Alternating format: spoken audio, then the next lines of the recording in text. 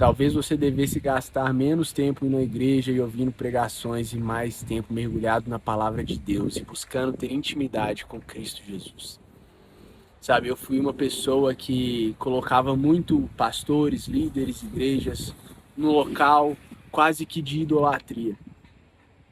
Eu lembro uma época que eu estava cursando um seminário teológico e eu estava sempre na igreja, domingo de manhã, de tarde, servia, ia na igreja às terças, ia na célula à quarta, mas eu não tinha intimidade com Deus. Eu nunca pegava para ler a Bíblia e entender o que realmente Deus estava falando comigo. A minha fé vinha de ouvir outras pessoas e não de ouvir a palavra de Deus. E eu vejo que a maioria das pessoas que foram machucadas pela igreja e se desviaram é porque a fé delas era pautada em pessoas, em igrejas, em congregações e não na verdade do evangelho, e não na Bíblia, na palavra de Deus. Sabe, a palavra fala que a fé, ela vem de ouvir a palavra de Deus, a Bíblia. Tá tudo escrito ali, basta a gente acessar, basta a gente ler, basta a gente orar e ter a nossa intimidade com Deus. Eu não tô te falando para não ir à igreja, eu tô te falando para não colocar a igreja na frente de Deus. Eu tô te falando para não colocar o seu pastor no lugar que Jesus deveria estar.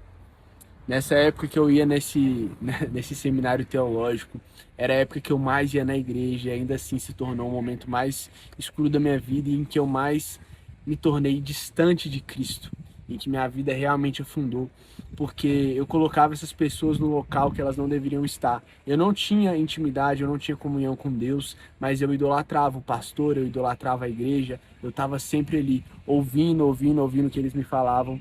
E até que eles me machucaram profundamente, eu me senti completamente traído, machucado, e eu me afastei completamente da igreja e eu culpei a Deus.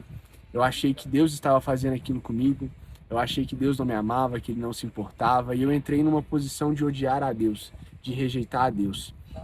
Hoje, maduro na fé, eu entendo que aquelas pessoas não tinham culpa do que aconteceu. Eu é que estava errado por colocá-las no local que elas não deveriam estar. Talvez você está assim hoje. Você vai na igreja todo domingo, você vai na sua célula, mas você não abre a sua Bíblia. Você nunca lê os evangelhos, você não tem tempo de intimidade e comunhão com Deus. Isso é um local muito perigoso de se estar, porque as pessoas erram. Deus nunca erra, Deus nunca falha, mas as pessoas erram.